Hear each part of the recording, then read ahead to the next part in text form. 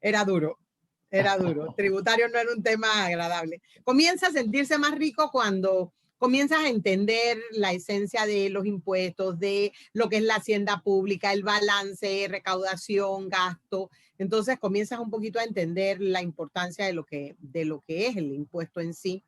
Pero como dices, tiene que ser lógico y tiene que ser sustentado y tiene que ser inclusive posible que sea fiscalizado, porque un impuesto que no se puede fiscalizar termina siendo un absurdo y al final Exactamente. desmotiva también. Así que... Concuerdo con todo lo que ha dicho.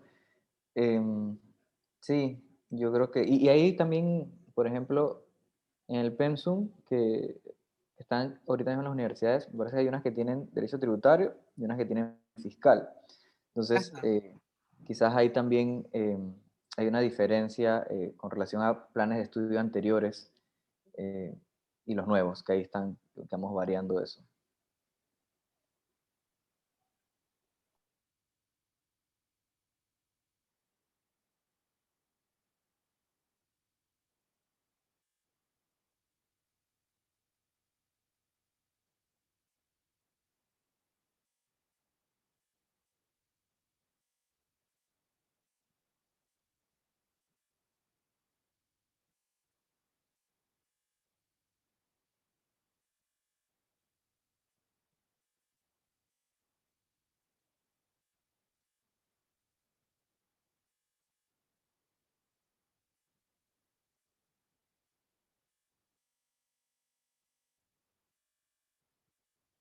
Aquí me ponen que lo invitamos en nombre del Instituto Panameño de Tributaristas a que se sume al equipo que está con nosotros en el INSPAT. Una tremenda oportunidad para ver las dos caras de la moneda y sobre todo porque vemos mucho los dos enfoques, el legal y el contable, que a veces nuestras autoridades no los consideran cuando legislan. Así es que ya sabe, reciba la invitación formal de que Muchas se nos sume. gracias. Muchas gracias. Sí, no, con gusto me gustaría formar parte y aprender y también apoyar en lo que pueda apoyar. Muchas Claro que sí. gracias. Licenciada Marta y licenciado Julio, vamos a esperar unos breves minutos para que se unan más personas para formalmente dar inicio a la actividad. Dale, tranquila, no te preocupes por mí. Mi tarde era para ustedes. Aunque tenemos tiempo, mi tarde estaba dedicada a la USMA. Sí, yo igual no tengo problemas. Igual es lo lógico también, ¿no? Que quizás a las 3 en punto es que se empieza a buscar el link y pasan esos minutos mientras Buenas tardes, por favor discúlpenme que no estuve para recibirlos en la puerta. Buenas tardes. Pero son de la casa y saben que son muy queridos y a los estudiantes gracias por siempre estar pendientes para que yo estaba en una reunión de la universidad también en Teams y salirme para pasarme para Zoom. Esto está bueno, es como cuando uno corría de un salón para otro. Está muy bien, gracias Carlos. Bueno, aquí estamos. Hola, buenas tardes. Sí, gracias, decana. Un placer verla. Igual, igual. Ya voy a esperar que los estudiantes tienen su organización y ellos nos dirán cuándo me toca cada uno cuando hablamos. Buenas tardes, ¿cómo están? Buenas tardes, Carlos. Ah, ¿por qué apareces Carlos? ¿Tú no eres Carlos? Porque Carlos me pasó su link. Ah, ok. Ya lo voy a cambiar. Ah, sí, yo te puedo enseñar porque ustedes me enseñaron a mí. Vete a los 3 puntitos y pon renombrar. Así mismo, pues. Uno ha aprendido muchísimo con esta con esta modalidad virtual. La verdad que nosotros que somos migrantes, porque ustedes sí son nativos de la tecnología, pero nosotros no, hemos aprendido muchas cosas nuevas. Buenas tardes, Nicole. Buenas tardes, decana. Sí, vamos a esperar un par de minutos para que se incorporen más personas a la llamada. Ok, que ya tienen como 40 personas ahí en...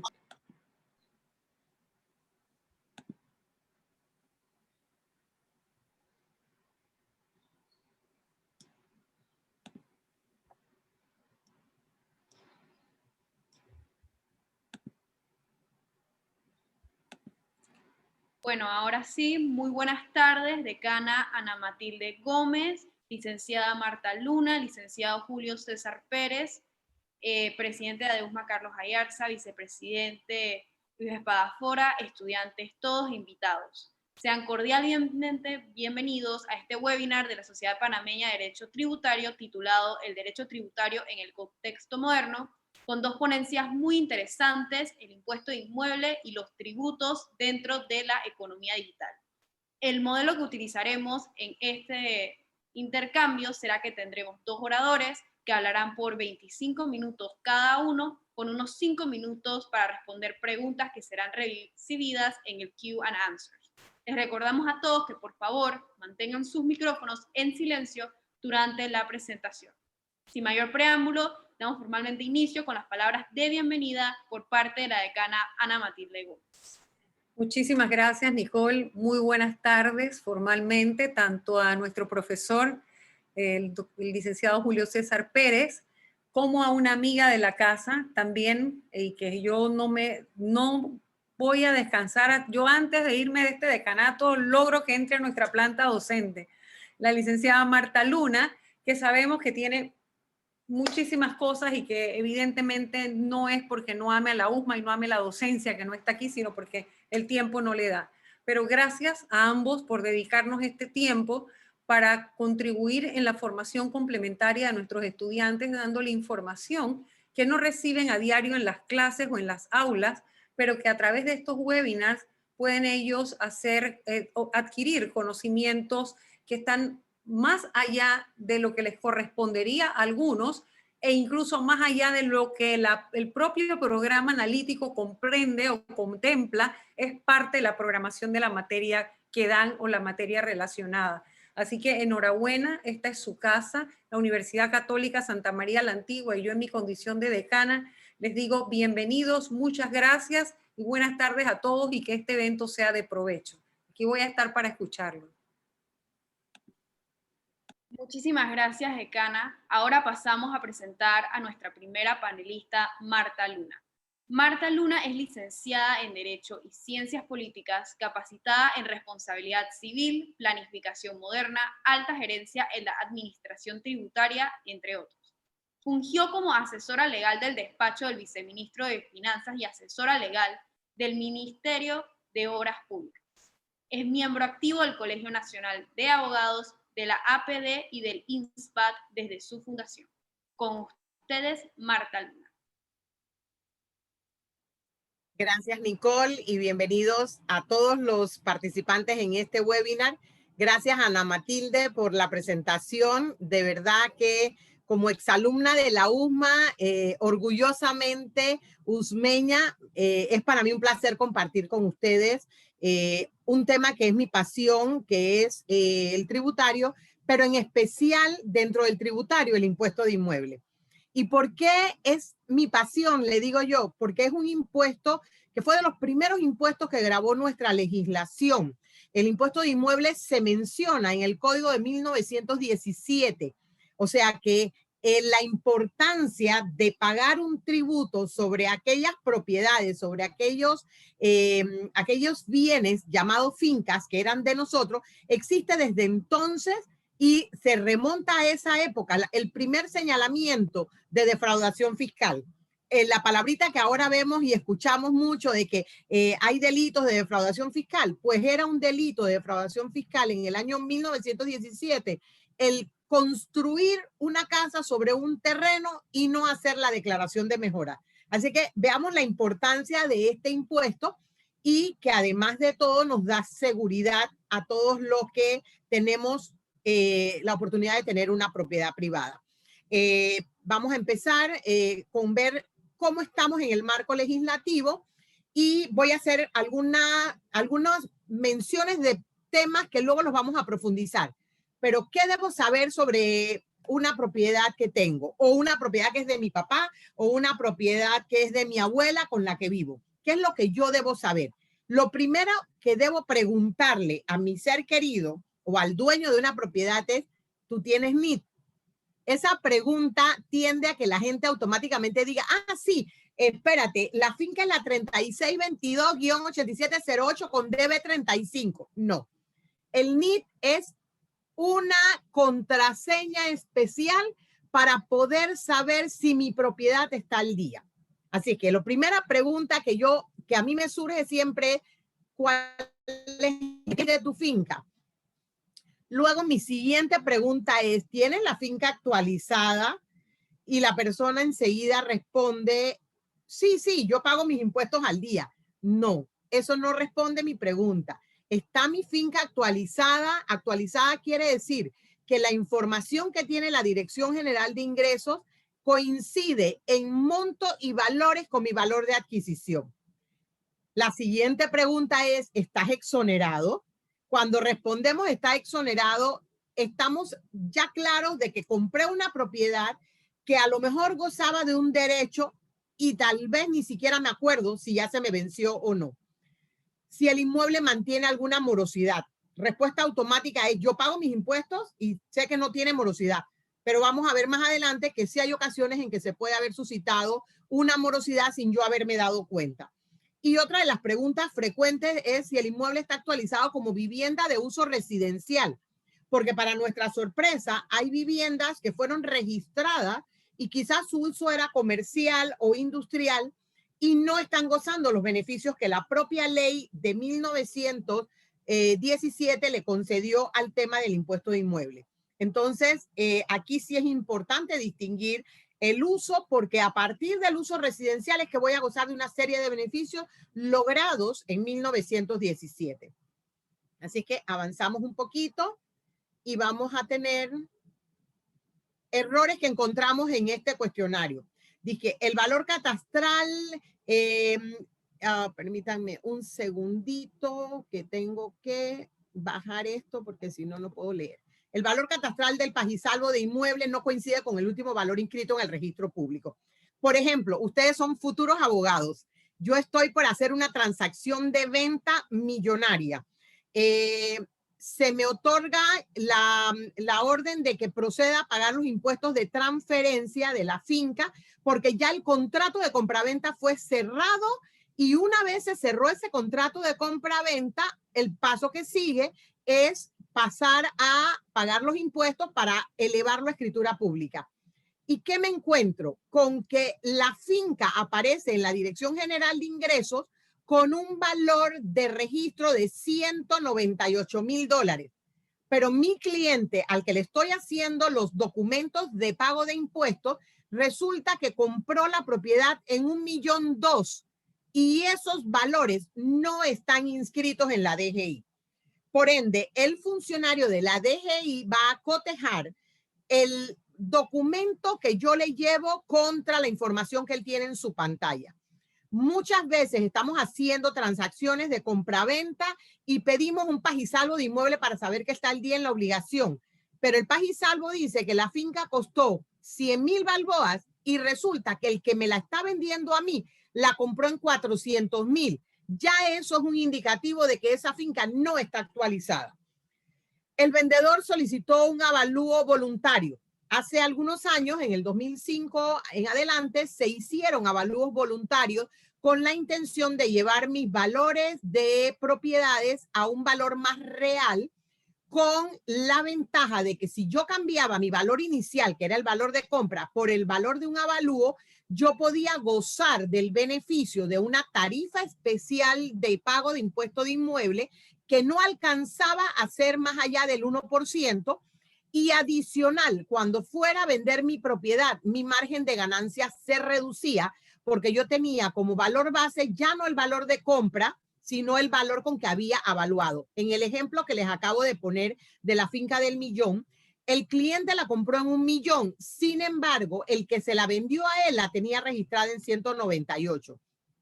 Si este señor que la compró en $1,000,000, a su vez, hacía un avalúo oportunamente, resulta que el mercado cayó y esa finca hoy tiene un valor catastral por mercado de $500,000. Él hubiera podido en una transacción de ventas utilizar ese valor, pero como no tiene avalúo específico, tiene que utilizar para la venta el valor más alto, que lo vamos a ver más adelante. Lo tercero que puedo encontrar en una finca es que el historial de la finca en novedades, ahora más adelante les voy a enseñar dónde se puede ver las novedades, dice que la finca pasó de Juan a Marta, pero en el camino, por ejemplo, Nicole fue la que le compró a Juan y Nicole fue la que me vendió a mí. Si la finca, el paso de Nicole, no ha sido dado al sistema, es muy probable que en la diferencia entre el impuesto que pagaba Juan al que debía pagar Nicole y al que debo pagar yo, se me vaya a mí la obligación de pagar todo el impuesto que Nicole debió asumir y todo el que a mí me tocaba asumir, ¿ok? Al momento en que actualizo, si la finca no contempla las novedades de cada operación de venta que la finca ha tenido, estoy perjudicando al dueño de la finca porque lo estoy poniendo a pagar un impuesto que no le corresponde. Lo otro que me puedo encontrar en esa finca es que los valores no han sido actualizados en ANATI. O sea, los valores que tiene DGI ni siquiera fueron alimentados en ANATI porque desde que yo compré, yo guardé mi escritura y me olvidé del tema.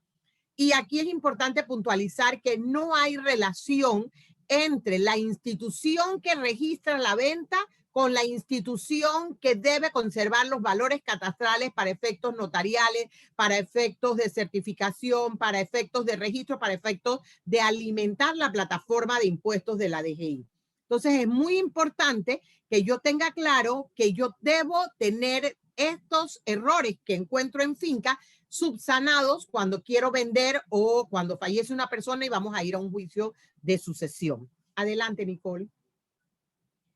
Otros errores que suelen observarse es que la exoneración no ha sido aplicada correctamente. Acabo de revisar un caso y me encontré con que la persona debió tener una exoneración según la ley en la que solicitó la exoneración a 20 años y por el monto total de su compra, y sin embargo la exoneración fue aplicada solo a 10 años. Entonces, por ende, la persona está pagando un impuesto que no es el que le corresponde. El otro factor que me puedo encontrar es que las mejoras construidas no coinciden con los valores de mejoras que existen en el terreno o con lo que está en el terreno. Y esto es grave, porque si yo compro una finca en Coronado, por ejemplo, y esa finca se le hicieron construcciones y yo pago por esa finca $100,000, pero esos $100,000 incluyen valor de terreno y mejoras. Mejoras le llamamos a la construcción sobre el terreno. ¿Qué sucede? Que para los efectos del registro público, como las mejoras construidas no están declaradas, para los efectos del registro público, yo compré el terreno en 100,000 balboas. Cuando yo a su vez quiera vender o quiera declarar alguna mejora, ese valor se va a sumar sobre el terreno, no sobre la clasificación de terreno y mejoras. Es por esta razón que una de las primeras leyes de amnistía, por cierto, fue una solicitud de la entonces diputada Ana Matilde Gómez, se metió como uno de los requisitos para manejar dentro de la amnistía la declaración de mejoras. Porque para nosotros era importante que todas aquellas personas que tenían construcciones en Panamá y en el interior que no habían sido declaradas, cumplieran con la ley, declararan las mejoras y así a la hora de una transferencia se determinaba valor de terreno y valor de mejora. Otro de los puntos es que el inmueble mantiene mejoras construidas que nunca han sido declaradas, como les acabo de decir, que están construidas, las veo en el terreno, pero no están declaradas ni en registro público ni en ANATI. Puede ser también que sobre las mejoras que había, compré una casa, estaba viejita, la demolí y tengo ahora un terreno, pero en registro público consta una mejora. Si yo declaro nuevas mejoras sobre algo que ya demolí, pero que no he reportado como demolido en el registro público, voy a montar al valor de las mejoras que tenía el dueño original, estas nuevas mejoras construidas, cuando ya en ese terreno no existe nada. Y otra de las falacias es creer que como soy jubilado o pensionado, estoy exonerado de pagar el impuesto, y esto es falso. Lo único que me va a exonerar de pagar el impuesto es, en principio, que mi propiedad de valor de compra no haya superado los 30,000 balboas, o dos, que yo me haya acogido a las nuevas tarifas de vivienda principal o patrimonio familiar y mi casa tenga un valor inferior a esos 120,000 que va a determinar la ley, que lo vamos a ver más adelante. De lo contrario, jubilado o no jubilado, yo pago impuestos sobre mi propiedad. Adelante, Nicole. ¿qué es el impuesto de inmueble? Y vamos un poquito a detallar. Es ese gravamen o impuesto que recae sobre la suma de valor de terreno o terreno más mejoras si tengo en el terreno construidas mejoras. El impuesto de inmueble recae sobre una finca y ese impuesto es nacional. No importa si mi finca está en Chepo, en Bocas del Toro, en Penonomé, en la ciudad de Panamá. Es un impuesto nacional y se paga en principio sobre todas las fincas o propiedades que tenga el individuo. Su cálculo del impuesto es anual. Sin embargo, la ley permite pagos cuatrimestrales cada 4 meses y le corresponden estos pagos a los meses de abril, agosto y diciembre. Una deuda que tenga una finca persigue, o ese impuesto de inmueble persigue al propietario, al inmueble, perdón, no al propietario. Esto es importante. Si yo compro una finca y por alguna razón el dueño anterior logró obtener un pagisalvo falso, me vendió la finca y después resulta que hay una deuda con el fisco, la finca es el garante de esa deuda sin importar quién era el dueño cuando se generó la deuda. Por eso es muy importante verificar las fincas antes de hacer transferencias. El pago de la anualidad de este impuesto puede gozar de un descuento de 10% si se paga el impuesto anual dentro de los primeros 2 meses de cada año.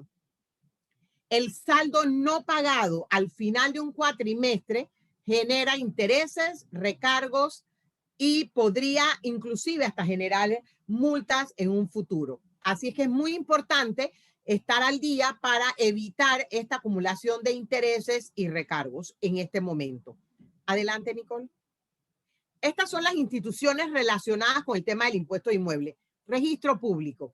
¿Por qué? Porque cuando yo tengo un terreno que lo heredé de mi papá y ese terreno tenía 5,000 metros y yo lo quiero dividir para vender pequeñas finquitas de 1,000 metros, yo acudo al registro público con mi escritura donde yo, Marta Luna, dueña, estoy segregando, estoy vendiendo, estoy haciendo cualquier operación con ese terreno. Registro público lleva el registro de la finca cuando nace. Si yo segregué, vamos a suponer la finca 4522, de esa finca van a nacer 4 o 5 fincas nuevas con números distintos al 4522. Quizás una de las fincas segregadas conserve el número 4522, pero el resto de las fincas va a tener números nuevos porque son fincas nuevas. Esta información se encuentra en registro público. Es registro público el regente de la data donde aparece la finca con todo su historial. Quién compró, quién vendió, a quién se le traspasó, si fue donación, si no fue donación, si hay un secuestro, si hay un embargo, si hay una disminución de metrajes, cualquier información relacionada con una finca o las fincas que nazcan de allí se va a encontrar en registro público. Siguiente, Nicole. Luego, yo acabo de hacer una transacción de traspaso. Mi papá me acaba de pasar esta finca que tenía 5,000 metros. Salí con mi escritura y debo llevarla a ANATI. ANATI es la Autoridad Nacional de Administración de Tierras, que antes se conocía como Catastro. En ANATI es donde van a llevar el control del cambio de nombre de mi papá a mi persona dueña nueva de esta finca. Igualmente, si se segregó la finca, que en principio ANATI es quien revisa los planos, pero revisa planos que a lo mejor algunos ni se llegan a segregar. Cuando ya la segregación se hace formalmente, ANATI es la que va a tomar nota que de la finca 4522 nació la finca 4830, 4831, 4832 y sucesivamente, y ella va a poder anotar si las fincas se segregaron todas a mi nombre o a nombre de distintas personas, porque fui segregando y vendiendo. Entonces, ANATI es la autoridad que debe regentar la data para mantener actualizado a quién, a la Dirección General de Ingresos, para que pueda alimentar su plataforma y cobrar el impuesto de inmueble. ¿Qué pensamos muchos panameños? Que Registro Público, ANATI y DGI se intercomunicaban. Lo que hemos descubierto a través de los años es que esta integración no se ha dado por plataformas tecnológicas diferentes, y esto es lo que lleva al gran caos de que cuando yo voy a vender una propiedad me encuentro con que yo la compré en 180, pero en la DGI dice que la propiedad vale 120 y tengo que pasar por el trauma de llevar la NATI, actualizarla, luego que se produzca un impuesto, pagar ese nuevo impuesto para poder entonces hacer mi transacción de venta. Adelante, Nicole. Bien. ¿Cómo se calcula el impuesto de inmueble? Y partamos de que el principio de ley dice que es el valor más alto entre el avalúo específico o voluntario fijado o aprobado por ANATI, o el precio establecido en cualquier transferencia del inmueble, o el valor fijado en un inventario de avalúo en un proceso de sucesión, o el valor catastral de un inmueble. No, perdón, este no es o, aquí es la condición. El valor catastral de un inmueble solo puede disminuirse a través de un avalúo aprobado por ANATI. Y vamos a irnos a los tres O. Cuando hablamos del valor más alto entre un valor de adquisición, Marta compró la finca en 100,000 balboas, pero mandó a hacer un avalúo específico y resulta que la finca subió de valor a 150. Y yo quiero que aparezca en 150, como les digo, para que cuando yo vaya a vender, mi margen de ganancia no sea tan alto. Este nuevo valor de 150 cambió automáticamente el valor del impuesto que yo pagaba. En el caso de la ley 49 o ley 6, que inició en el año 2005, los avalúos específicos o voluntarios, los voluntarios, uno los solicitaba y se acogía a una tarifa especial, que muchas veces la tarifa, aunque se aumentaba el valor de la propiedad, bajaba el impuesto de inmueble. Eso en la condición del avalúo voluntario. El avalúo específico es el que se hace a un sector porque viene un ensanche de carretera, porque las condiciones cambiaron, se mejoraron o desmejoraron. Usted compró en una zona en Parque Lefebvre que era residencial y ahora es puros talleres, lugar de recepción de mulas. Entonces el valor de su casa perdió valor comercial, entonces un avalúo específico puede llevar a la disminución de ese valor. En el otro caso, que es el precio establecido en cualquier transferencia del inmueble, esto es muy importante. Resulta que yo compré mi casa en 100, pero se la estoy vendiendo a Nicole en 150. El impuesto que va a pagar Nicole es sobre los 150, que es el valor fijado en esta operación. Mañana Nicole se la vende a Juan. Esa finca se la vende en 200,000. El impuesto de inmueble se va a pagar sobre 200,000. ¿Qué si no ocurre? Que resulta que Nicole no la pudo vender en 200 y la quiso vender, aunque perdiera, en 135. Pero ella la compró en 150. Así que el valor fijado para el impuesto de inmueble es 150,000. Aunque ella venda en 135, como el valor catastral no disminuye sin que tú solicites un avalúo, el nuevo dueño, aunque haya comprado por 135, pagará el impuesto de inmueble sobre 150. Si él lo quiere bajar, tendría que someter su finca a un avalúo y ver si con ese avalúo el valor se mantiene en 135 o se mantiene en 150 o se dispara a los 200, que era la intención de ella al querer vender. Muy importante también saber que ustedes, futuros abogados, van a tener control sobre estos valores a veces, porque vamos a suponer murió la abuelita y la abuelita tenía una casa que tenía un valor registrado de $60,000 y esa abuelita le quería que su casa la heredara la hija que no tenía casa y se la está traspasando a la hija. Pero yo como abogado tengo que presentar al tribunal en el juicio de sucesión un avalúo, un inventario o avalúo del valor de esa propiedad. Y me busco un evaluador que dice que la propiedad vale $250,000. Entonces la pobre heredera, mi tía, la que va a heredar la casa de mi abuelita, está adquiriendo la propiedad donde siempre ha vivido con mi abuela por $250,000 porque yo presenté un avalúo que habla de $250,000. Si el propósito de un bien en una sucesión es que alguien de la familia permanezca con el bien, mi recomendación es que pidan una certificación catastral del valor que aparece en catastro y hagan la transferencia del valor catastral para que no se dispare el impuesto. Si el propósito es esa finca, venderla, siempre podré usar el avalúo comercial cuando la vaya a vender para pagar los impuestos de transferencia, pero si no la voy a vender inmediatamente o no la tengo prevendida, estoy disparando el impuesto de inmueble innecesariamente, con la consecuencia de tener que pagar esos impuestos desde el momento en que la transferí hasta el momento en que la vuelva a vender. Recuerden que lo único que disminuye valor catastral es a través de un avalúo aprobado por ANATI. A veces la gente, como dice uno, se dispara solito. Si yo hago un avalúo y mi avalúo me dice que mi propiedad vale 300,000 y yo estoy pagando un impuesto sobre 100,000, a lo mejor no me conviene solicitar el avalúo privado especial y me quedo solo con mi avalúo comercial para saber su valor de mercado. Hay que entender que no siempre nos conviene acogernos a una determinada ley. Adelante, Nicole. Bien. ¿Qué son mejoras? Más o menos lo mencioné en su momento cuando hablé de ellas. Mejora es toda construcción de carácter físico permanente sobre un terreno, como pueden ser estructuras, edificaciones o acabados.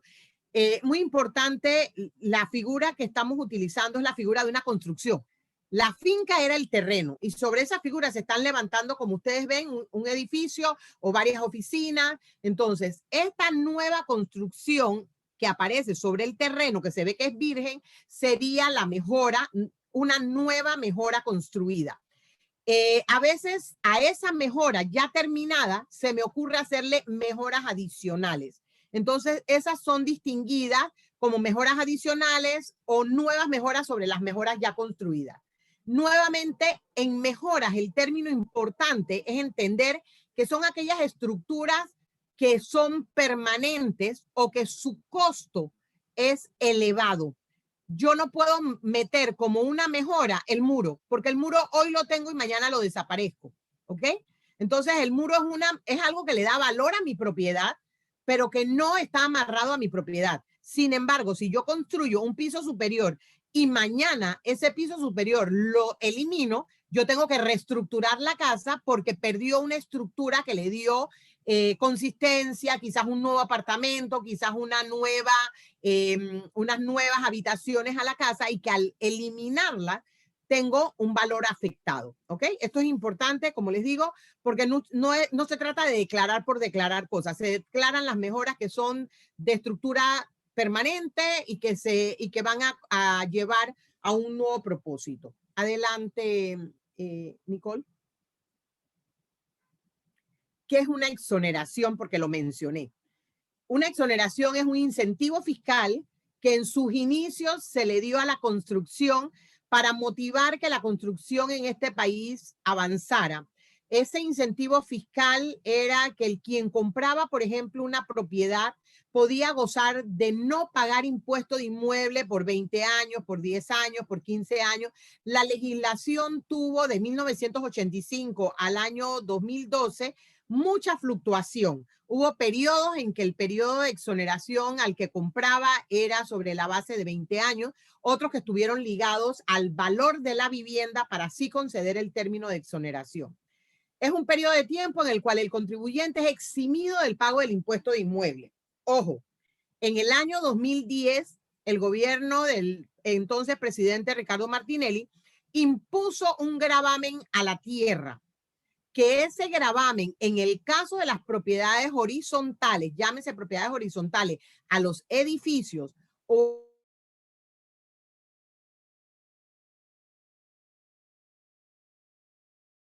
Embassy Garden, Embassy Club y muchas otras barriadas que fueron catalogadas como propiedad horizontal, aunque se tratara de casas, estas propiedades en un momento dado iban a pagar un impuesto a la tierra.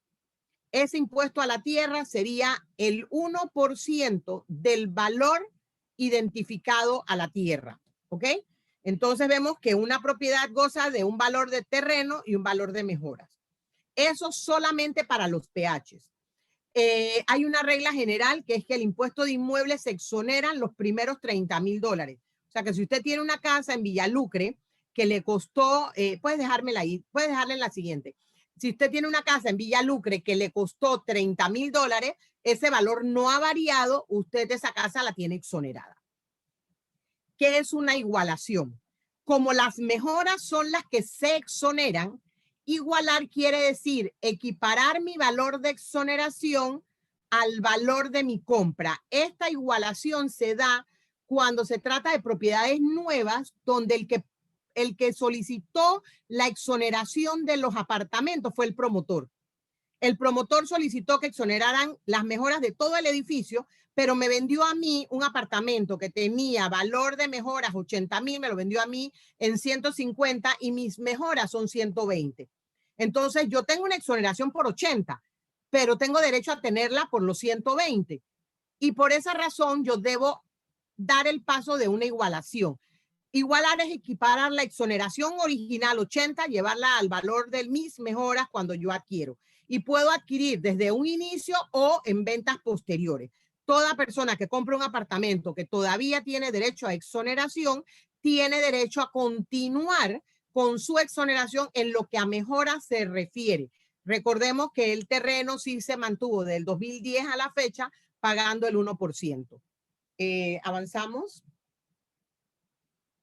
El impuesto de inmueble en los PH, lo que les decía hace un momento, que a partir del 2010 paga el 1% sobre el valor del terreno. La exoneración de los primeros 30,000 no aplica en los PHs, por lo menos no hasta que no termine mi periodo de exoneración. Cuando mi periodo de exoneración termina, el PH ya se mira como si fuera una casa, valor total menos 30,000, la diferencia paga impuestos. Esta regla del 1% es mientras estoy exonerado y vivo en un PH. Adelante. ¿Qué es actualizar? Actualizar es decir, yo compré una propiedad en $200,000, pero en la DGI aparecen 120, quiere decir que la DGI no ha capturado toda mi información. Quizás grabó mi cambio de nombre, cambio de dueño, pero no el valor de compra. Entonces yo tengo que llevarla a ANATI para que mis valores estén acordes a mi compra. Señores jóvenes estudiantes, no crean que porque una persona no vaya a ANATI se libró de pagar más impuestos. Al contrario, es un error. Porque si yo no me aseguro que el valor que tenga la DGI sea el mismo con el que yo compré y por ende me hago el vivo y no voy a ANATI, cuando vaya a vender o cuando el Estado actualice esa información, me va a caer un impuesto de inmueble retroactivo hasta 10 años hacia atrás. Y esta fue la razón de la amnistía del año 2017 propuesta por Ana Matilde Gómez. ¿Por qué? Porque descubrimos cientos, miles de personas que tenían un impuesto de inmueble adeudado sin saberlo. Entonces no era justo pagar impuestos más intereses y recargo, y muchas veces el interés doblaba el mismo impuesto.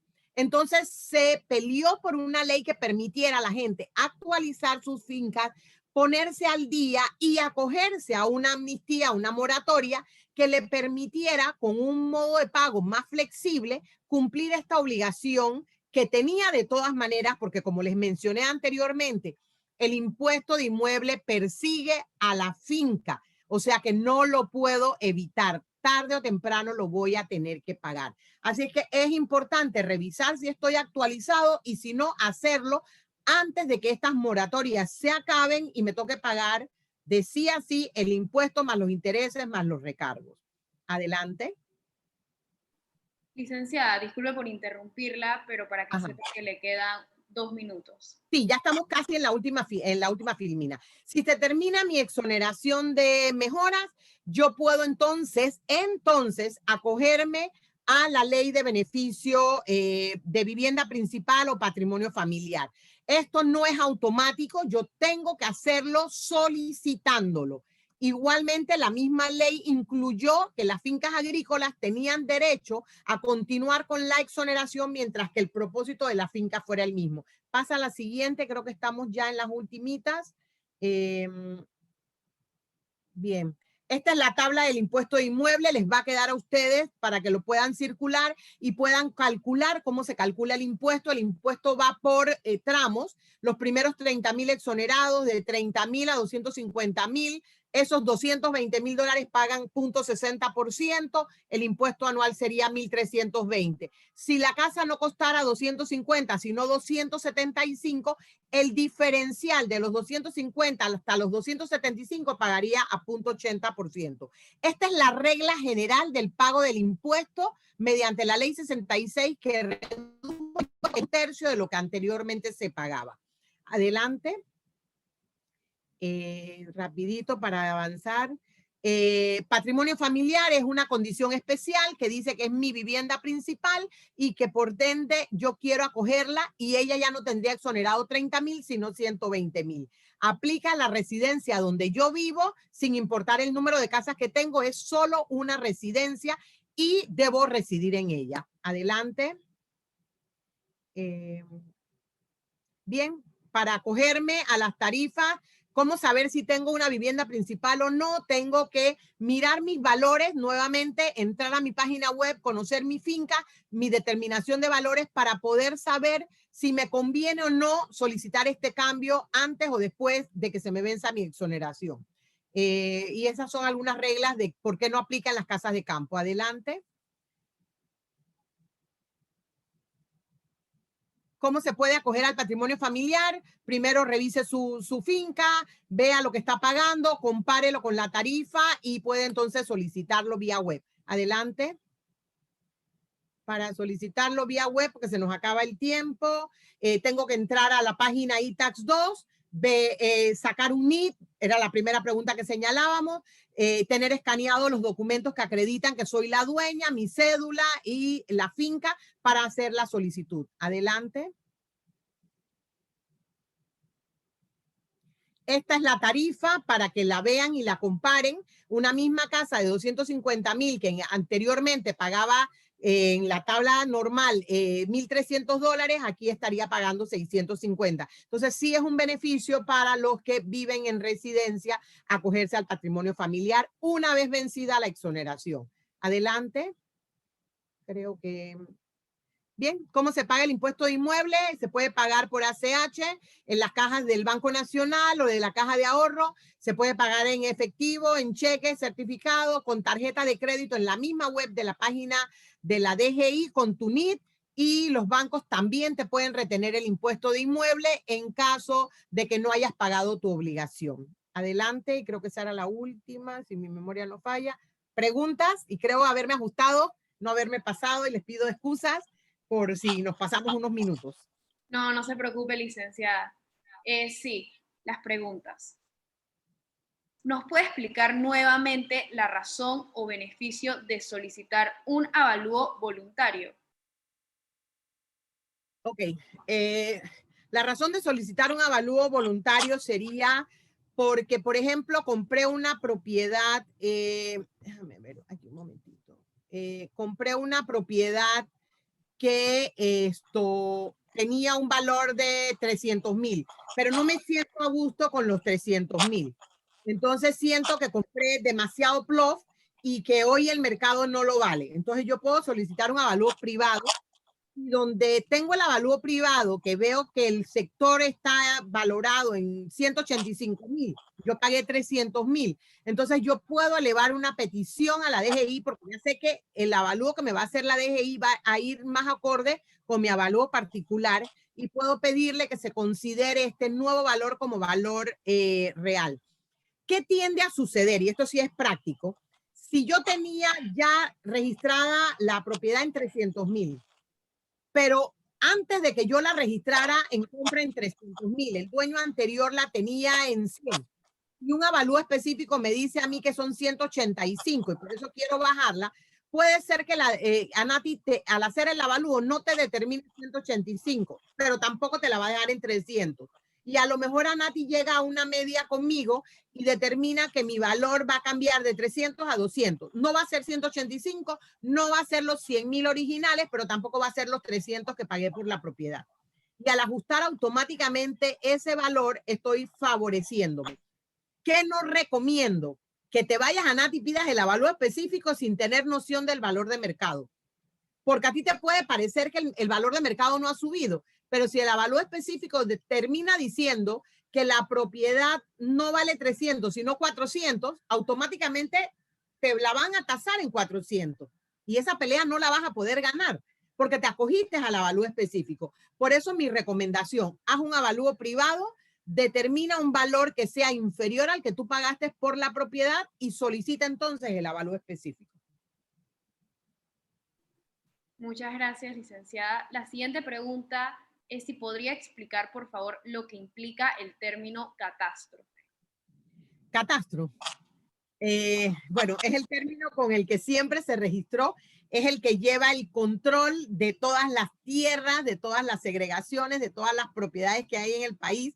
Es el que debe determinar los valores reales de una propiedad, indistintamente de los valores de una transacción de compraventa que le corresponden a la operación del registro público.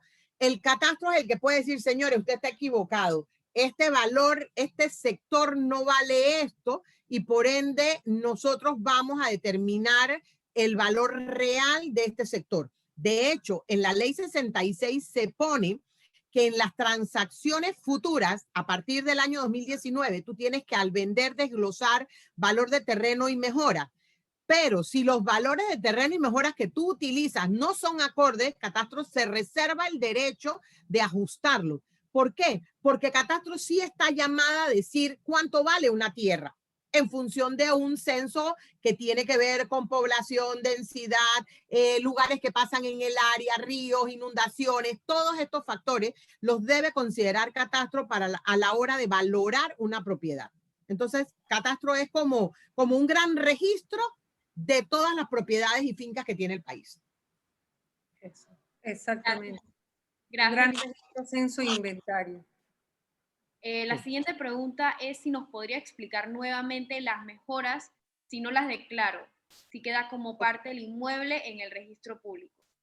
Ok, si yo tengo mejoras construidas en una finca que no están declaradas en registro público, ojo, y ahí me voy a la primera observación que hice, en el año 1917 quedó estipulado en la ley que construir mejoras y no declararlas se convierte en un delito. Si yo tengo una finca, un terreno que me costó $50,000 y que está pagando impuestos solo sobre 20,000, pero tengo construida sobre ese terreno de $50,000 una mejora, un edificio, una construcción que vale $350,000, no solo estoy defraudando al fisco, estoy dejando de pagar el impuesto que me corresponde y estoy siendo sujeto a un posible proceso de evasión fiscal o defraudación fiscal según el costo de la obra, y adicional a eso tengo que justificar cómo la construí, porque la DGI me puede abrir un proceso por enriquecimiento ilícito porque tengo una construcción sobre una propiedad que no he podido registrar porque no tengo algo legal, ¿ok?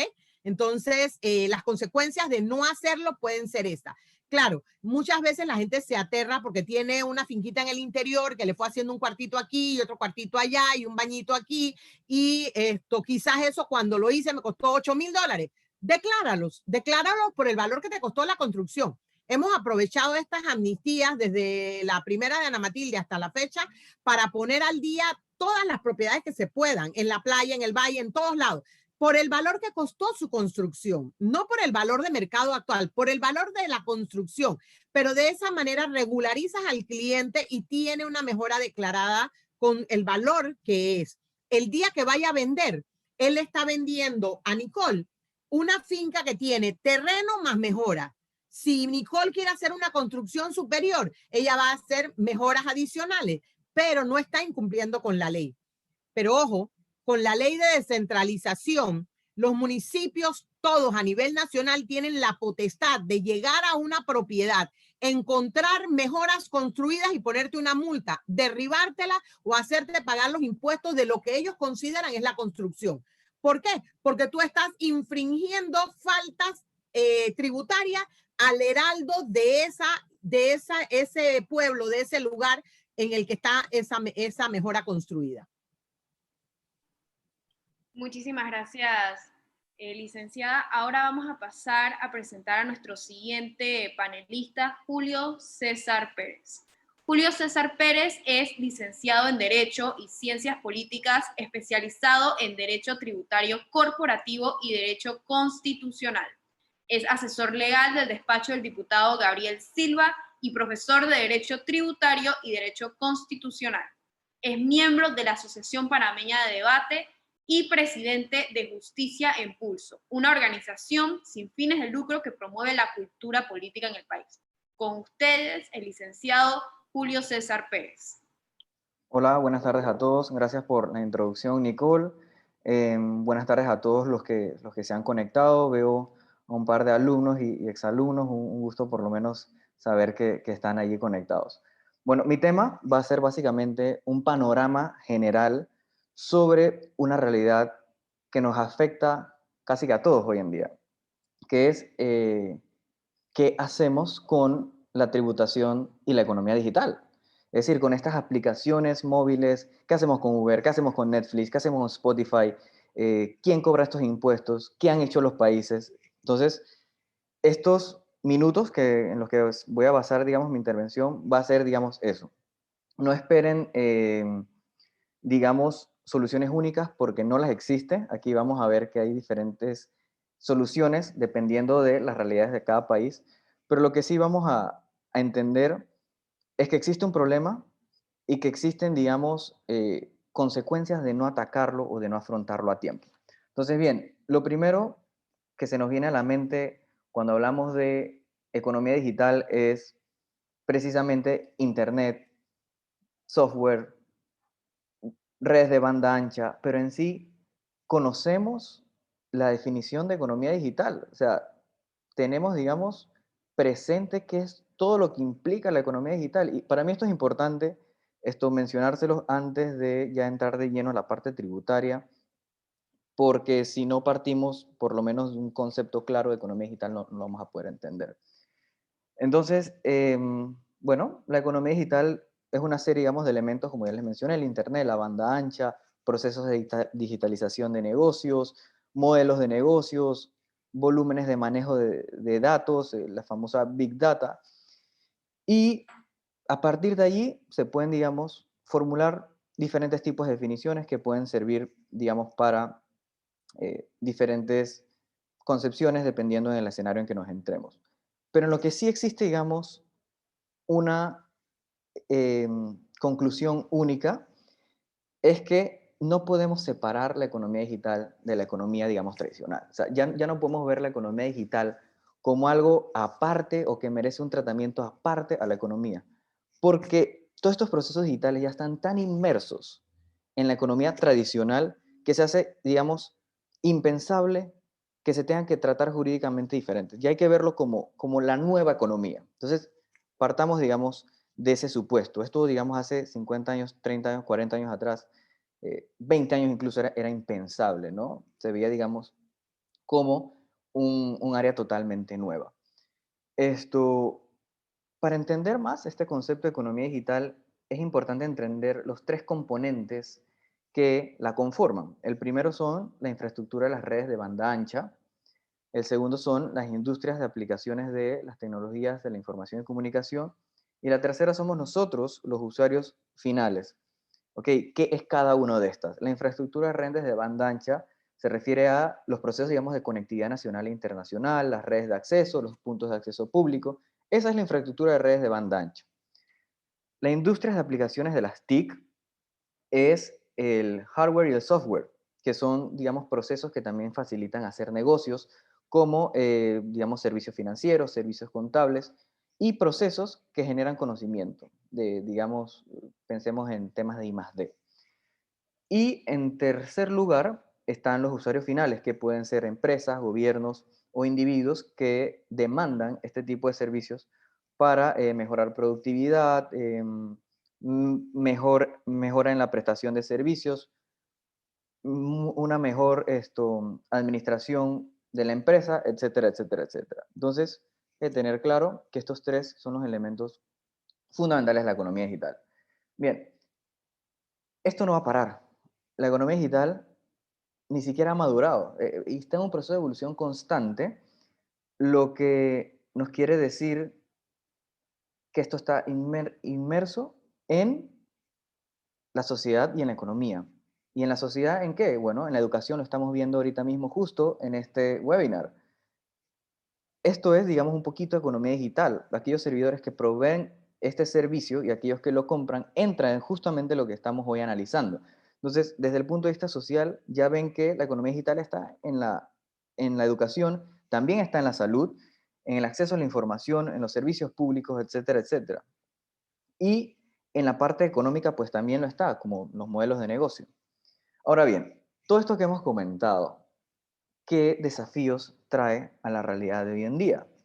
Bueno, que como les comenté, esto es relativamente nuevo y las leyes tributarias en muchos casos, ojo, no en todos, se han quedado un poquito atrás y, como saben, el derecho tributario es un poquito como el penal, ¿sí? Usted paga impuestos específicamente sobre lo que la norma le dice que tiene que pagar. No es que mi conducta se parece a una norma, entonces, por tanto, encaja dentro del pago del impuesto. No. Y en muchos casos, las leyes no contemplaron estos procesos de digitalización y por tanto hay una gran, no se puede llamar evasión porque no se están infringiendo normas, lo que hay es una gran falta, digamos, de recaudación que afecta muchísimo al Estado, porque si estamos hablando de que toda la economía se va a digitalizar, entonces cada vez se va a perder más recursos que son muy valiosos para el Estado si no les prestamos la debida atención. Entonces, hay dos impuestos a los cuales se les debe prestar atención para el tema de la economía digital y cómo vayan a pagar impuestos. El primero es con relación al impuesto sobre la renta. Para los que no, digamos, han cursado todavía, digamos, la materia de derecho tributario, el impuesto sobre la renta es quizás el impuesto más famoso de todos, que el Estado te cobra por el hecho de generar ganancias. ¿Sí? Usted trabaja y el Estado le quita un pedazo de su dinero para sufragar los gastos del Estado. Y por otro lado está lo que en muchos países del mundo se conoce como el IVA, que es el impuesto al valor agregado. En Panamá no tenemos un IVA, tenemos una cosa parecida que es el ITBMS, que es el impuesto de transferencia de bienes, muebles y servicios, que tienen características diferentes, pero que, digamos, a los efectos de esta presentación vamos a verlo como si fueran lo mismo, pero ya les comenté que no, digamos, tienen las mismas características, pero por un tema de tiempo y que sea, digamos, mucho más fácil también para verlo desde la óptica internacional y que han hecho otros países, cuando mencione IVA, tengan en su cabeza ITBMS. Bien, ¿qué pasa con el IVA o el ITBMS? Ustedes saben que hoy en día en Panamá, cuando usted presta un servicio y una persona lo paga, pues es la persona que presta el servicio el quien debe sumarle a la factura el 7%, cobrárselo y entregárselo al fisco, ¿no? Yo creo que hasta ahí estamos claros en eso. Si bien el 7% lo paga la persona que consume el producto o el servicio, es el ente, digamos, que brinda el servicio o que le vende a usted el bien el que debe reportarle ese dinero al fisco. ¿Qué pasa con la economía digital? ¿Quién paga eso? Si, digamos, por ejemplo, Netflix no tiene una presencia física en el país. Netflix ni siquiera tiene lo que se llama un establecimiento permanente en el país, es decir, no tiene una presencia física en el mismo. Entonces, ¿quién va a recolectar estos impuestos? Yo, la persona que consume el servicio, pues no, yo no tendría incentivos a hacerlo. Entonces, ya están viendo uno de los grandes retos que hay. Ok, en efecto, sí, se está prestando un servicio que se está consumiendo en Panamá, ¿sí? Porque Netflix usted lo está consumiendo acá, pero ¿quién percibe el impuesto y quién se lo paga al Estado? Entonces ahí hay un desafío interesante que algunos países, y voy a referirme aquí a países de la región, que son obviamente los con los que tenemos que compararnos, eh, han dado ciertos pasos, y no son todos, son como 5 o 6 países. Eh, Hay unos por ahí que tienen algunos proyectos de ley andando, pero eh, como no son ley, pues me enfocaré en esos que sí lo tienen normado. Y con, digamos, esta movilidad que existe a nivel internacional, crea problemas en renta, porque entonces, digamos, una empresa digital puede tener en varios países digamos, diferentes tipos de empresas que estén relacionadas entre sí y cómo, digamos, los países se pondrían de acuerdo para decir, a mí es el que me compete cobrar el impuesto. Porque puede que las normas tributarias choquen a nivel internacional. Por eso que existen los tratados para evitar la doble imposición. Entonces, este es otro desafío que tienen que afrontar los países en su conjunto. Y ya están viendo por dónde va la solución. La solución va por la cooperación internacional y, digamos, la armonización de legislaciones, que es algo que se ha hablado mucho últimamente, aunque a veces no nos guste, ¿no? Pero a veces hay que armonizar jurisdicciones para evitar que se estén perdiendo muchísimos ingresos y al final acá tengo una gráfica para decirles cuánto pudiéramos recaudar si le cobráramos, digamos, estos impuestos a estas empresas digitales. Ah, pero eso no es justo porque eh, yo no estoy haciendo nada malo y lo que yo estoy haciendo es planificarme tributariamente para pagar menos eh, o para no pagar impuestos de todo, ¿sí? De acuerdo a lo que la ley me permite. Sí, pero también hay otro argumento, que es que aquellas empresas que, digamos, las empresas tradicionales, los productos que ellos vendan sí estarían sujetos a pagar ITBMS y también tendrían que pagar renta. Entonces, se está viendo como una competencia desleal, por decirlo así, de que las compañías tradicionales sí tengan que soportar una carga tributaria y las empresas digitales no. ¿Y qué están haciendo muchas empresas tradicionales? Ah, bueno, nos estamos yendo a la economía digital. Entonces, cada vez menos empresas van a estar sujetas a pagar estos impuestos. Pensando en el futuro, se están dando cuenta de este problema que tenemos que afrontar, porque tenemos que actualizar nuestras legislaciones para evitar que esto pase. Ah, pero a veces es que los impuestos, las personas no lo ven reflejadas y entonces por eso es que recurren a estos mecanismos. Bueno, ese es otro tema de economía, perdón, de educación fiscal, de educación tributaria muy importante, que es en ambas vías. Y si a alguien le gusta los derechos humanos, hay un Tratado Internacional de Derechos Humanos, se me escapa el nombre específico, Panamá ha ratificado como 60 tratados internacionales de derechos humanos.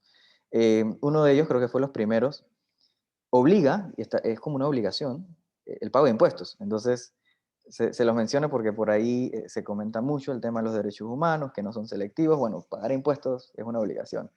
Y está en estos tratados de derechos humanos. Pero por el otro lado, también las administraciones tributarias tienen que ser transparentes, ¿sí? Tienen que rendir cuentas. Y esto al final lo que va a generar es una confianza para que los ciudadanos puedan pagar los impuestos y se vean resueltas las demandas sociales que el Estado tiene que cumplir, digamos, en acceso a oportunidades, construcción de escuelas, vías, etcétera, etcétera, y todo lo que el Estado, digamos, nos brinda. Bien, ¿qué han hecho países países de la región para resolver estos problemas? Lo primero que tengo que comentarles es que solo 6 países en sus legislaciones, 6 países de la región, somos como 10, como 32, solo 8 países de la región eh, tienen, digamos, mecanismos para solucionar estos desafíos, que es Argentina, Colombia, Perú, Costa Rica, Uruguay, Estados Unidos, Chile y México están en proceso, y, ya les mencioné Perú, sí, y bueno, Paraguay también está trabajando en un diseño de esto. ¿Qué han hecho estos países para afrontar este problema? Bueno, algunos de ellos han dicho, wow, ¿qué hago con estas empresas que no tienen una presencia física y necesito que me paguen IVA, necesito que me paguen ITBMS? Bueno, una de las fórmulas que se ha encontrado es, bueno, señor, yo usted tengo que obligarlo a que se inscriba, ¿sí?, en un registro de la administración tributaria y, bueno, usted cobre el impuesto y lo pague. Y el otro es que mediante los intermediarios financieros, estos sean los que retengan el impuesto, los que lo perciban y lo paguen a la administración tributaria, entiéndase, digamos, los bancos por medio de las tarjetas de crédito. Pero esto crea también otros problemas, no todo es tan fácil, porque como sabe, a veces un intermediario financiero, digamos, dónde está localizada una empresa, y ahí entran, digamos, también los temas de doble tributación o nula tributación. Entonces, las soluciones que se han encontrado no son perfectas, pero son las que los países de manera individual han recurrido a hacerlo. Con el tema de la renta es muchísimo más complicado. Y de ahí de Latinoamérica solo 2 países lo tienen, Perú y Uruguay. ¿Qué pasa con la renta? Lo que sucede con la renta es que también hay un tema de sistemas de tributación a nivel mundial. Y aquí es mucho más fácil que existan choques de jurisdicciones, porque los países como Panamá, que tenemos un sistema de renta territorial, chocaría, digamos, de frente con países que tienen un sistema de renta mundial, ¿no? O basado, digamos, en el domicilio tributario. Y para resolver el problema de la renta, y hay un informe en la CEPAL que avala lo que les estoy comentando, es que esto no se puede abordar desde un punto de vista individual, ¿no? Esto tiene, digamos, que la comunidad internacional sentarse y establecer líneas de acción. Ya hay ciertas directrices por parte de la OCDE, pero las mismas, no sé, como han visto, no se han aplicado en todos los países. Con el IVA también hay que definir ciertas cosas, porque hay un tema de dónde se presta efectivamente el servicio, ¿no? De si el servicio se presta, digamos, en Panamá, o si el servicio se presta desde el extranjero o está en la nube. Entonces también todas esas cuestiones tiene que Panamá definirlas mediante procesos, digamos, de actualización en materia legislativa. Aquí recuerden algo muy importante. Todos los temas de impuestos, creación de impuestos, modificación de impuestos, derogación de impuestos, se sigue, digamos, por el principio de legalidad. Todo esto tiene que venir desde la Asamblea, ¿sí? Esto no es, digamos, un tema que pueda la administración tributaria el día de mañana regular la economía digital y empezar a cobrarle impuestos. Esto tiene que venir desde la Asamblea por un principio de legalidad, y esto es bien importante recordarlo. Entonces, denme un segundo para buscar la gráfica y explicarles lo que estamos quizás perdiendo por no prestarle atención a este tema, de que cada vez vamos para allá y cada vez va a haber un hueco mayor en la recaudación del Estado.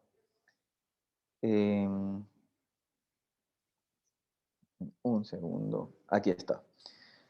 Este según cifras de la CEPAL, y esto es un estimado de 1, 2, 3, 4, 5, 6, 7, 8, de 10 países de la región, de Argentina, Bolivia, Brasil, Chile, Colombia, Costa Rica, Ecuador, México, Perú y Uruguay. Según recomendaciones en la OCDE, te dice, ok, tú tienes que grabar con el IVA, entiéndase ITBMS, a la economía digital.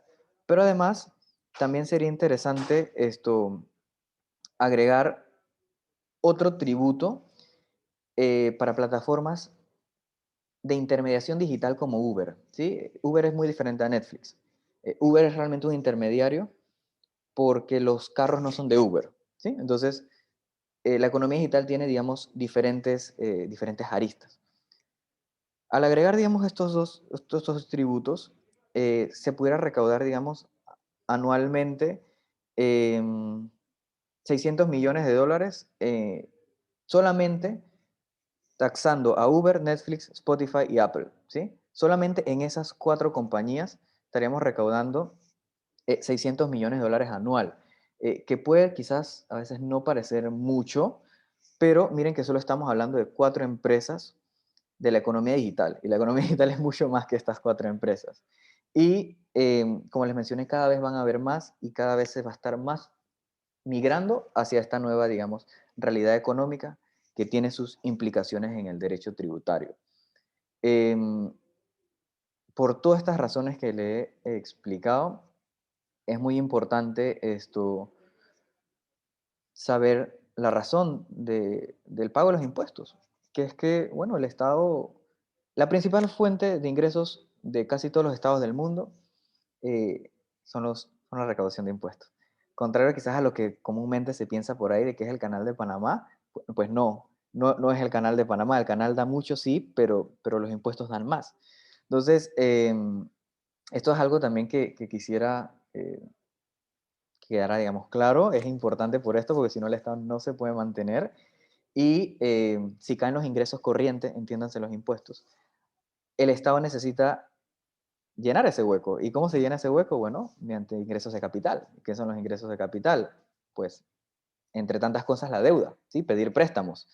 Entonces, en la medida en que tengamos más ingresos corrientes, podremos tener menos ingresos de capital, entiéndase deuda.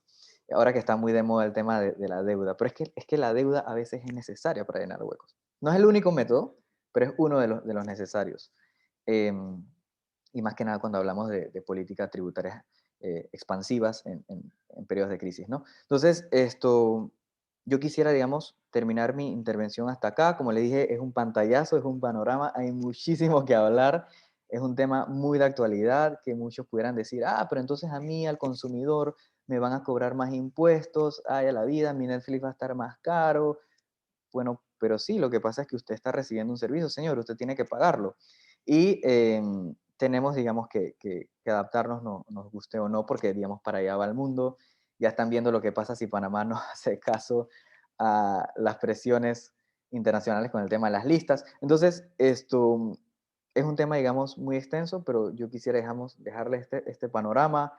em, para que, digamos, si les interesa, investiguen muchísimo más por su cuenta. Hay muchísima información sobre esto y es un tema que cada vez cobra, digamos, mayor urgencia para reglamentarlo. Y bueno, eso sería todo por mi parte, Nicole. Muchas gracias, licenciado. Ahora abrimos el periodo de preguntas. Con respecto al tema de la renta, ¿cuál usted consideraría que sería una buena solución que podría emplear Panamá?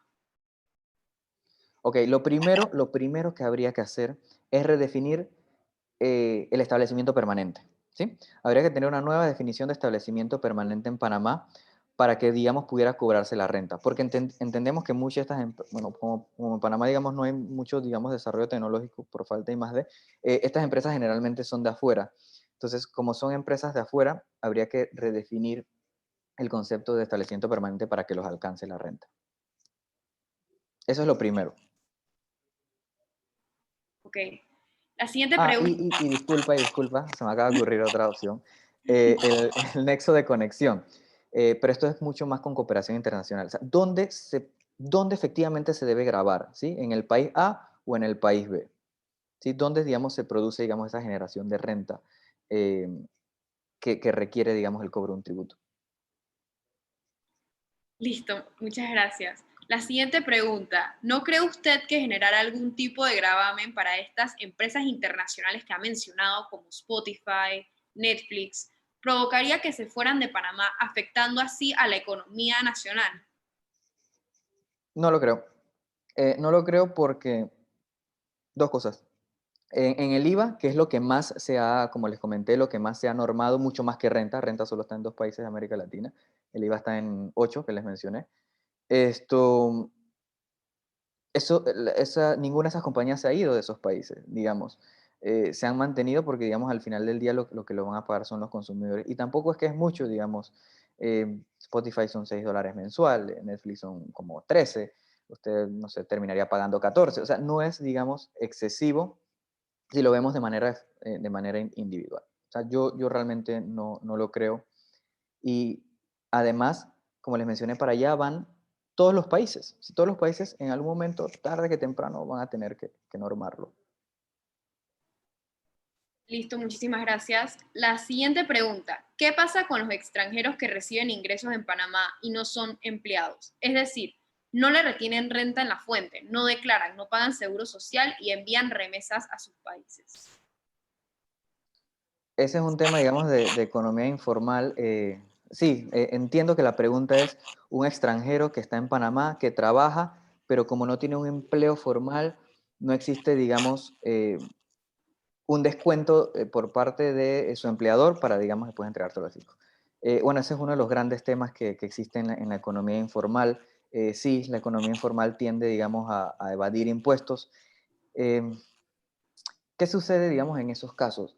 Hay veces, quizás, los extranjeros, digamos, para renovar sus permisos, depende del estatus migratorio que tengan, deben realizar anualmente una declaración de renta, ¿no? Si bien yo no tengo un jefe, por así decirlo, quizás para que usted vuelva a renovar su estatus migratorio, usted necesita, digamos, presentar declaraciones de renta. Esa es una de las fórmulas que se ha encontrado eh, para, digamos, no es perfecta, todos lo sabemos, pero es una de las fórmulas que se han encontrado para remediar este problema. Muchas gracias. Y la siguiente pregunta. ¿qué es el principio de fuente de renta en Panamá? Y si Uber califica dentro de este principio de fuente de renta. Sí, Panamá se sigue bajo el principio, digamos, de renta territorial. Todo lo que usted genere, todo lo que se produzca, digamos, en Panamá, paga impuestos acá, ¿sí? A Panamá no le interesa cobrarle a usted impuestos por las ganancias que usted genere, digamos, en Sudáfrica, ¿sí? A Panamá le interesa grabar lo que usted genere aquí. Em, con Uber, la dificultad que hay con Uber es que si bien Uber tiene, digamos, una presencia, creo que tiene una oficina por ahí en calle 50, hay que ver cómo está establecido, digamos, su modelo de negocios. Aquí entra otro tema para hablar bastante, que son los precios de transferencia.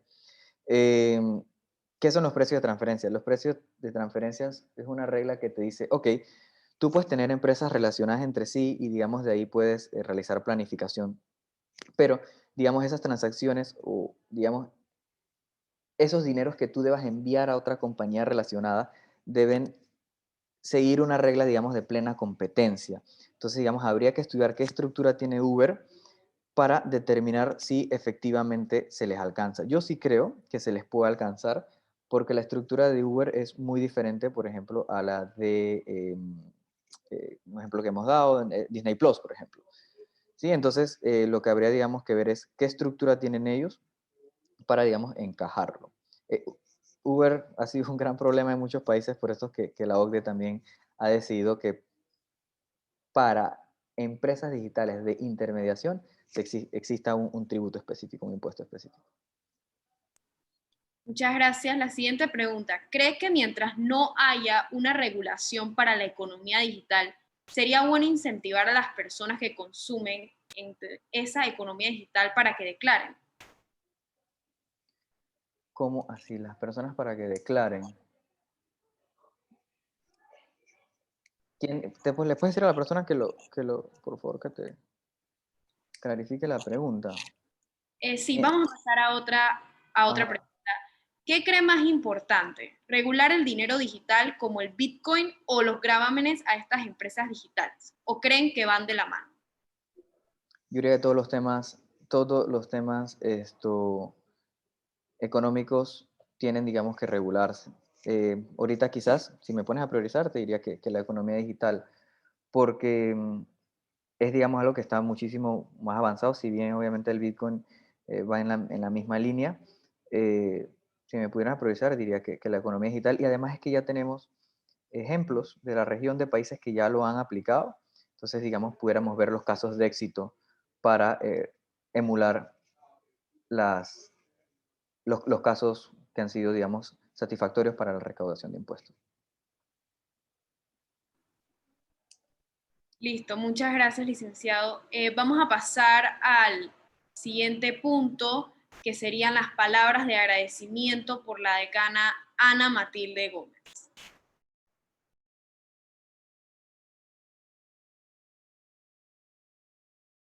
Pasa que, ya, ahora sí. Bueno, la verdad que ha sido una tarde muy interesante.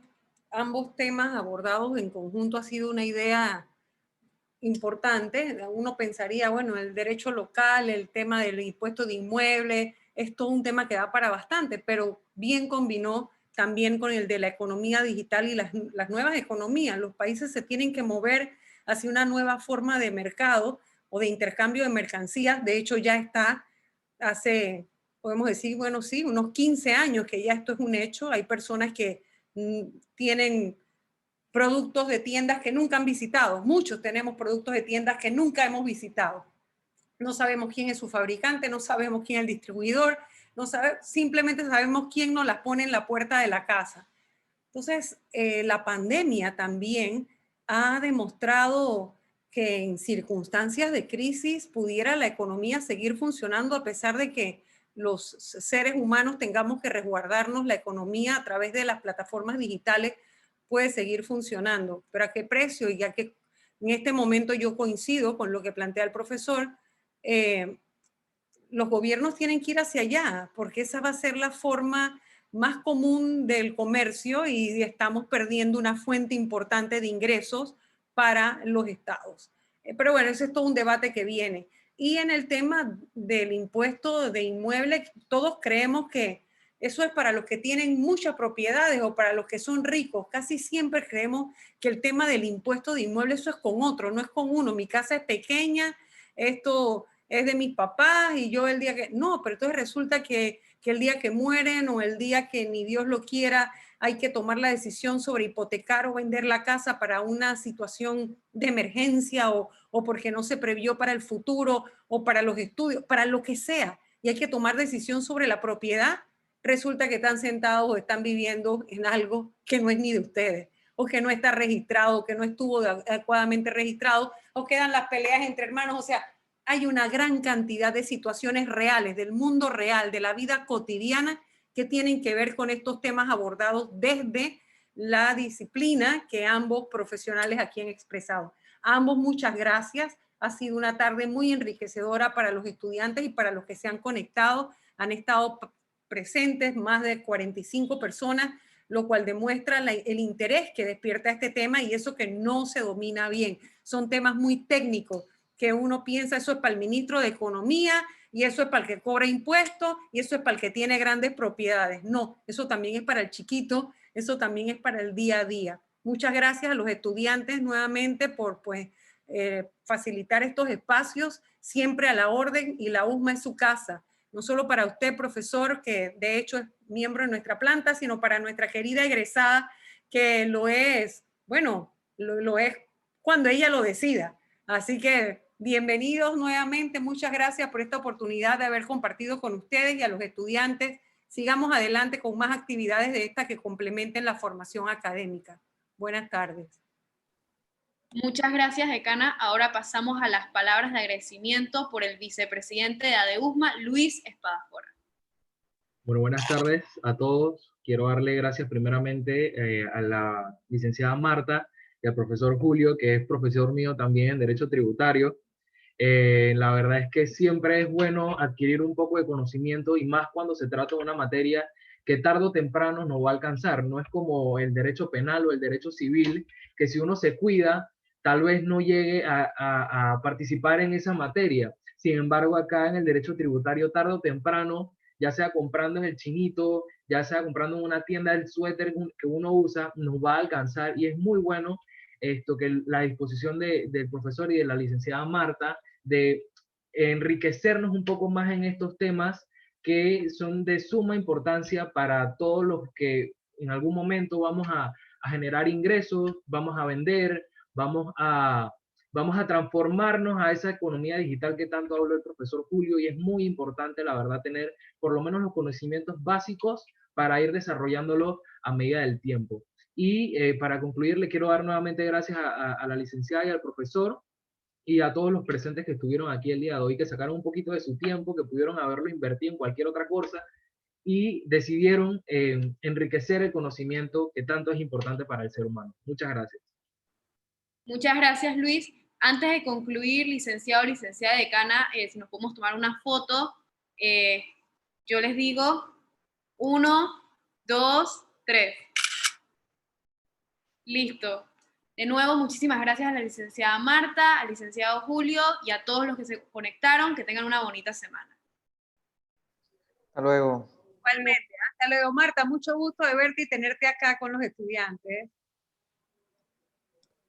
Igual, Ana Matilde. Saludos. Saludos.